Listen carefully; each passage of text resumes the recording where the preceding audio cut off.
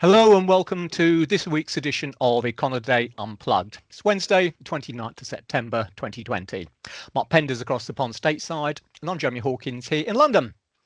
For many months, it's been the COVID-19 pandemic that has inevitably been the dominant focal point for financial markets. But investors are now also starting to take note of apparently widening splits within a number of major central banks over how best to deal with the virus.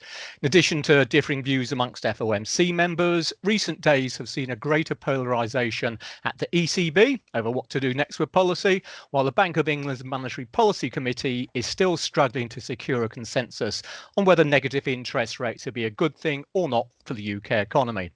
Against the current unprecedented global economic backdrop, this may not be too surprising, but with fiscal policy makers also typically lacking a coordinated strategy, it can't bode well for financial market stability. So, Mark, reflecting these disagreements, I guess, how's the latest COVID rescue proposals from the Democrats gone down your side? And do you think markets will take much notice of this first presidential election debate later today? Yeah, with the latter, I'd say yes. It's going to be a very interesting program. And I'm not sure there's going to be discussions of things like the financial markets, probably not too much. Certainly there will be about unemployment and fiscal relief. Right now, the talks, as you say, have been revived. There's still, it's too early to tell if and what can be achieved.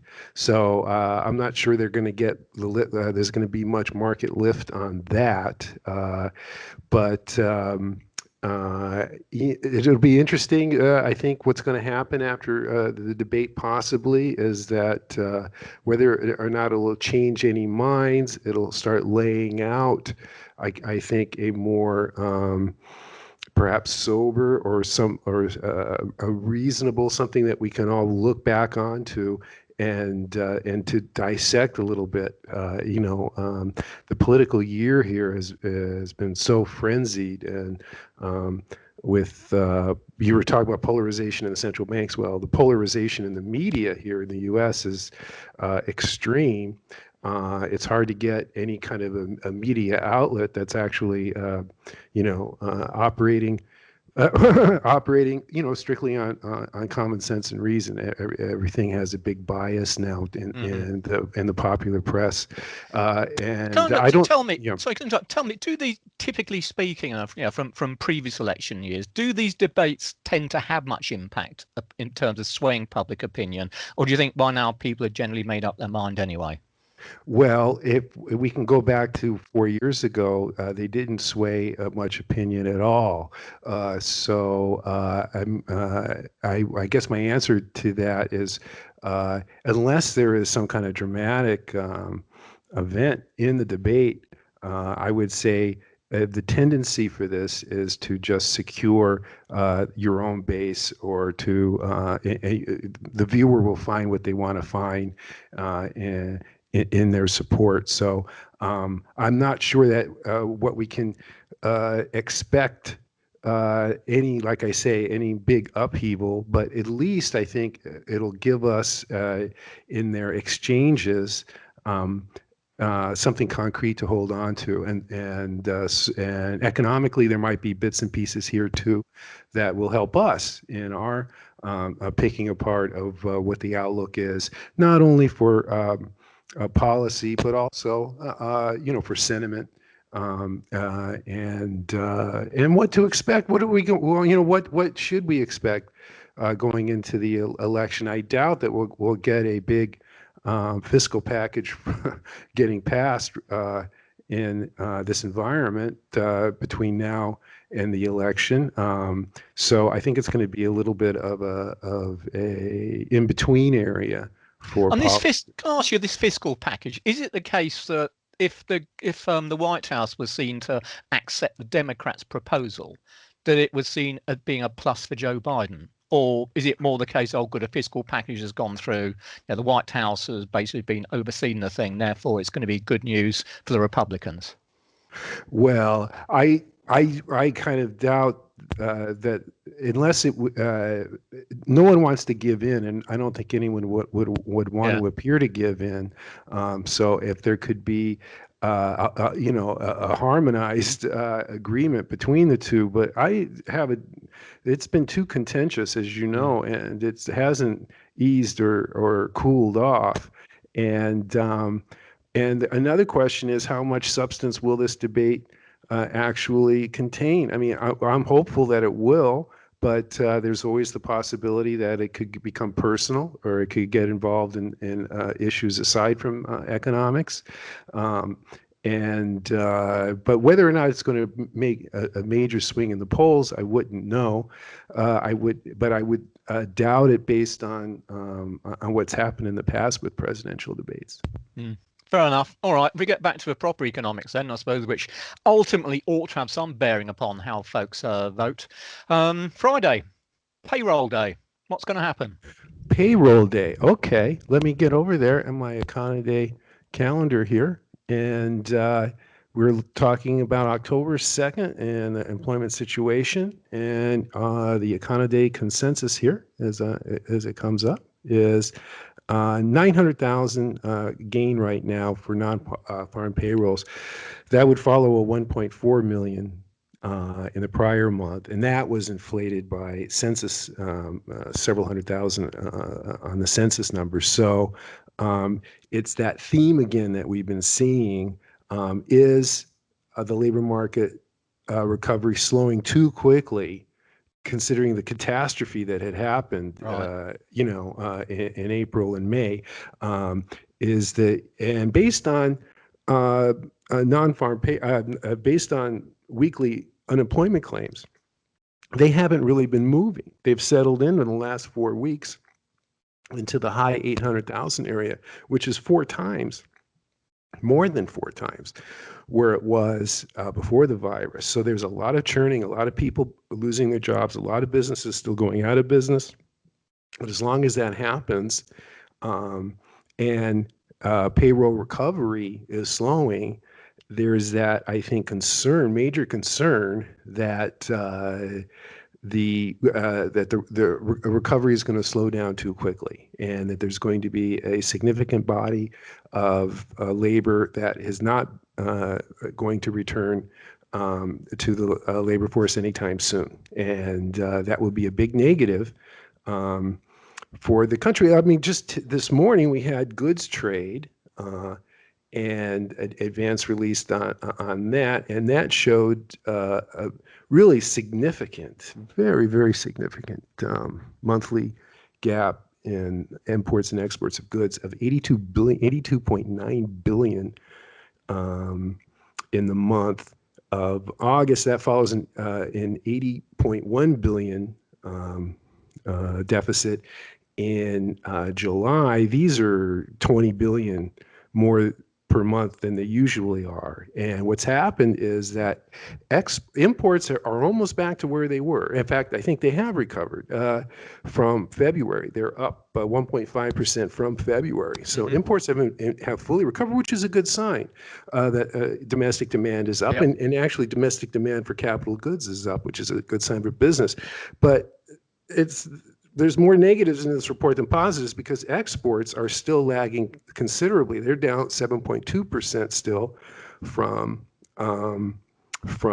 February, and that's where you're seeing this inflation of the deficit. And there's something else that the U.S. economy is fighting right now, is the global demand for U.S. goods has slipped or significantly and is yet to recover. So that could be, and that's not only going to hurt GDP, but that's going to hurt employment. That's going to hurt manufacturing employment. So right now, I don't want to, it's not doomsday. We are on a recovery path, but it's not a fast recovery path. And the longer it goes, the more labor issues that we will probably have, and more distant anything like inflation averaging or worried about price pressures or anything like that will become. Right. Well, I guess it's got to be said from my sort of part of the world, one of the key reasons why perhaps your exports aren't growing as quickly as they might do is because of the, continued weakness of domestic demand pretty well across Europe at the moment. And some parts doing a little bit better than others, like Germany appears to be doing reasonably well now. But nonetheless, it would seem that the recovery taking place within continental Europe and the UK is a good deal slower than you're seeing on your side of the water. And that's obviously, reducing demand for US exports below where it might otherwise have been. Hmm. And I guess it's this, it is the sluggishness, as you were talking, a little bit earlier about the worry is what's going to happen to unemployment or employment, whichever way you want to look at it, if the recovery doesn't, maintain some kind of decent momentum. And that, I think, in terms, as where it come from the intro, I think it's been reflected more and more of some of the official policy comments coming out now. And indeed, we've had a number from the ECB, an unusually large number, really, which does suggest there are some fairly significant splits now on the governing council as to what they should do with their pandemic emergency purchase programs, they call it, the PEP, as people shorten it to. And there's been certainly calls from some quarters that they should raise it from its current 1.35 trillion euros to as high as 2 trillion by the end of this year, just take on board the fact that the recovery is progressing too slowly. Others I'm sorry, is this a asset purchase program? It is. So this is the main part of their quantitative easing program now. So this is the one which gives them much more flexibility over the old, what they still call their APP, the original asset purchase program. This is the one which was put together purely and simply to deal with the COVID-19 crisis. And it's been the program, the fund that they've been using primarily in terms of their quantitative easing over the course of the last several months. So their traditional asset purchase program, the APP, has been running at about 20 billion or so a month for the best part of this year now, whereas the PEP is, although it's flexible, so it's not a monthly target per se. It's been running at several times that. So that the principal tool they're using on the asset purchase program now, or the quantitative easing side, is this so-called PEP program. And as I mentioned, and what are they buying? Oh, they're buying they're buying, it's still mainly government securities, but they've also been buying government bonds. So there's a range of available instruments they can purchase with this thing. And indeed, it's broader than we've seen under the older asset purchase program, which is a bit more narrowly defined. But it's still the case. It's very much government securities which have been the principal beneficiaries. And within that, if you look at the geographical breakdown, and certainly the likes of Spain and particularly Italy have been faring particularly well, which is kind of what you'd expect. And again, we're going back to disagreements on the policy board as well. Should we be increasing it? Some folks think yes, most definitely we should do, because the economy is not doing well enough. Unemployment hasn't gone up too far, so it's too far at the moment, but the rate of increase is likely to pick up as we go through year end. Others are saying, well, look, we haven't done that badly. I think we should hang on and just stay where we are, because the PEP still has plenty of room left in it. And others have actually been talking about, well, they're getting concerned that this PEP could become something to be regarded as being a permanent program, since most of the the work of QA is being done through that now, and so they want to see more use being made of the old asset purchase program. But that might mean it has become more flexible, and the hawks don't like the idea of that. So all in all, Christine Lagarde, who's known as being diplomatically very astute, she's got a real battle on her hands at the moment to try and keep the governing council together. So the next couple of meetings or so from the ECB are going to be interesting. The next one's due on, where are we? October the 29th. And then the next probably important one, when they'll update their economic forecast, is due on December the 10th.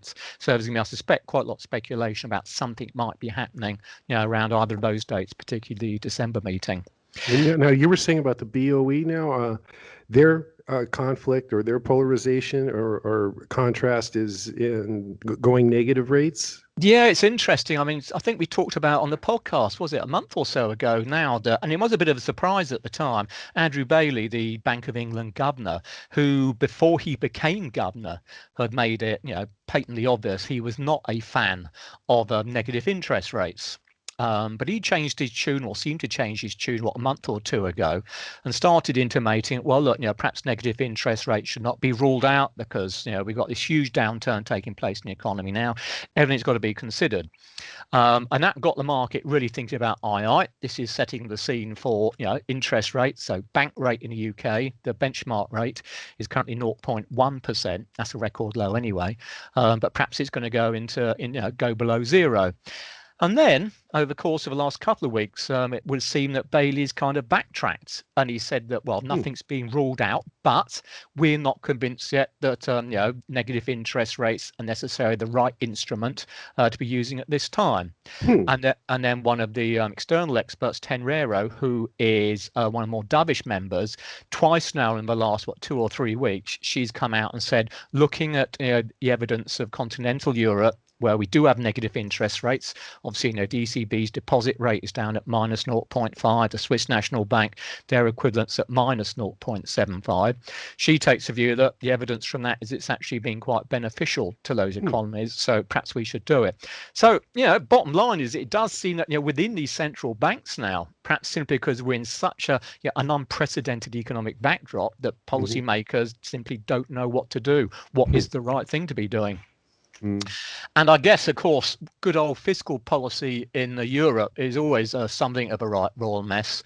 And so today, then, we get European Union. They'll be having their diplomats chatting about this proposed link to the disbursements from the bloc's budget and this COVID recovery fund that we've talked about quite a lot, linking those to the rule of law standards or moral standards. Now, back in July, when this COVID recovery fund was actually agreed at the last minute by all these EU leaders, they accepted in principle that this sort of mechanism would be created. But as ever, the proverbial devil's in the detail. And as we've seen with Hungary, it's made plain that trying to get all the 27 EU members to sign off on this isn't going to be easy.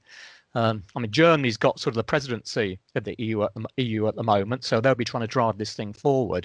But as we said before, on the current timetable, the measures, the actual allocation of any funds are not expected to begin until the beginning of next year. But they can't get the program signed off on in the first place. Then it's simply not going to happen. So we're back to the poor old ECB again, thinking, look, what else have we got to do here? Now, what about individual countries and their own labor force stimulus and support measures? But it's quite a lot. As we've talked a bit about in the past, the bulk of the kind of fiscal stimulus across Europe to date, I say the bulk, but by far and away the bulk, has come from individual national countries, which have just pushed their deficits through the roof. They're not worried about this old 3% target, 3% ceiling, I should say, on the deficit to GDP targets laid down anymore. So we've seen huge amount of spending, particularly out of the likes of Germany, which perhaps is one reason why it appears to be outperforming at the moment. But France, Italy, Spain, Greece, they've all seen their budget deficits going through the roof. But what we still haven't seen at this stage is this coordinated fiscal policy, coming out of the EU Commission, which is what it's desperately trying to do at the moment. Last week you wrote on the UK public sector finance report on Friday that the underlying, I'm not sure, underlying debt, UK debt at, it looks like 2 trillion, no, what is that? We're just over 100% of GDP now. 100% of GDP. Now, that's the total amount of UK public debt? That's public sector debt, yeah. So that's corporate bonds or municipal things or what? It's everything. So it's everything. All public sector debt, yeah. Wow, so it includes debt provided both by central government, by local authorities and everything. Well, that's a big looking number. Where's that number? It is, and it's going up. Wherever you look, it's starting to go through 100%. Where you're not at 100% yet, you're probably going to see it. And it simply comes down to the fact that all these governments, you think about the size of public sector deficits now. In 1 month, we're getting borrowing, which used to be, it's probably more than the entire previous year. So these numbers are being hugely inflated. And the question is, it's the old age problem. Once we start seeing these numbers get really big, how are the governments actually going to get it back in the first place? And I can't help wondering if we're not going to have to see some form of monetization of this debt Yes. at some point. Now, this is something, of Yeah. course, no one's going to say, oh, no, we never do that, never do that. Mhm. But if we see this crisis continuing, Mhm. well into next year, and these governments are simply, well, look, we've got to keep bailing out the economy. Well, what are you going to bail it out with? Currency depreciation. It could be an en masse currency depreciation. Yeah, I but mean, so, Charles, we can't all depreciate at the same time. That's the problem with that one. So you kind yeah. of wonder if it's going to be a case that these central banks at the end of the day say, right, okay, we'll print the money, whatever's needed to pay, to pay it off. Yeah, but the short term is so severe, and everyone's in the same boat, so it doesn't seem like anyone has any options. So it'll be interesting. The historians can look back, and we'll see if this wasn't just the beginning of some Yeah. incredibly inflationary episode for and it's an exogenous effect, which they had always talked about. Policymakers have always talked about, kind of like the meteor, destroying the dinosaurs. And here it is. It's this virus that came out of nowhere, and has inflicted this incredible damage to the global financial system. But you would never know it looking at the Nasdaq, for instance. So, Or indeed, I mean, you think of one thing you can say, I suppose, all credit to the central banks. Now you can say, okay, perhaps the Nasdaq should not be where it is at the moment, but you think about how the central banks have actually managed to keep financial markets working smoothly. Now you can say perhaps they're working too smoothly and there's too much money going where it doesn't belong in the first place. But what we haven't seen is a massive implosion, of equity markets and things like that, which has completely undermined financial wealth. So, all credit to the central banks for at least keeping that side of it going, even if perhaps it is at the expense of some problems in the future. yeah, yeah. Talking of problems of the future, round this off, I suppose, from my side, from the UK.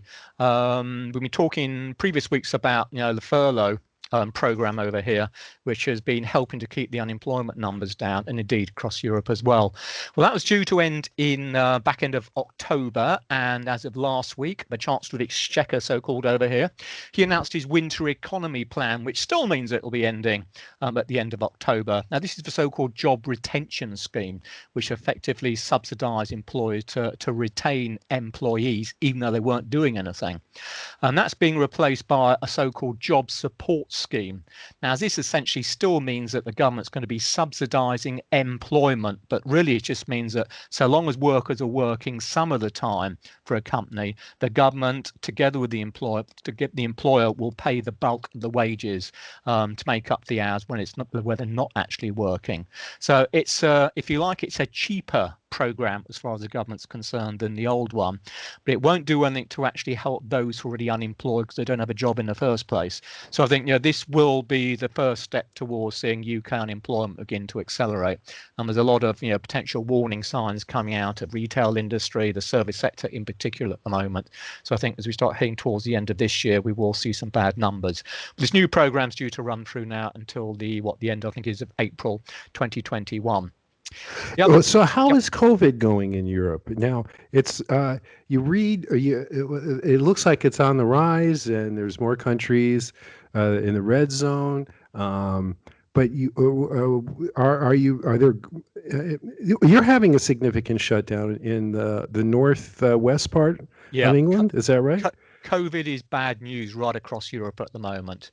We went through a period, go back, a month or so ago, and if you looked at media on COVID, all the bad stuff seemed to be coming, out of America, out of the Americas, be it North America or South America.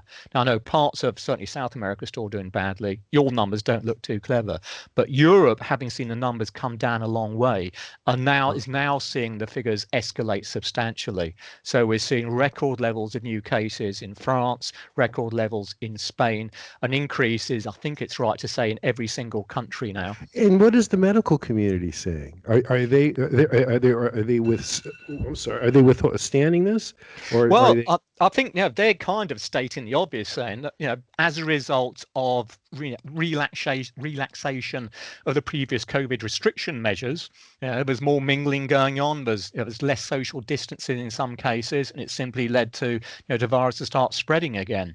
So for the UK now, a number of new measures have been taken, as you mentioned, particularly up in the north of the country and in Wales, where things have been particularly bad.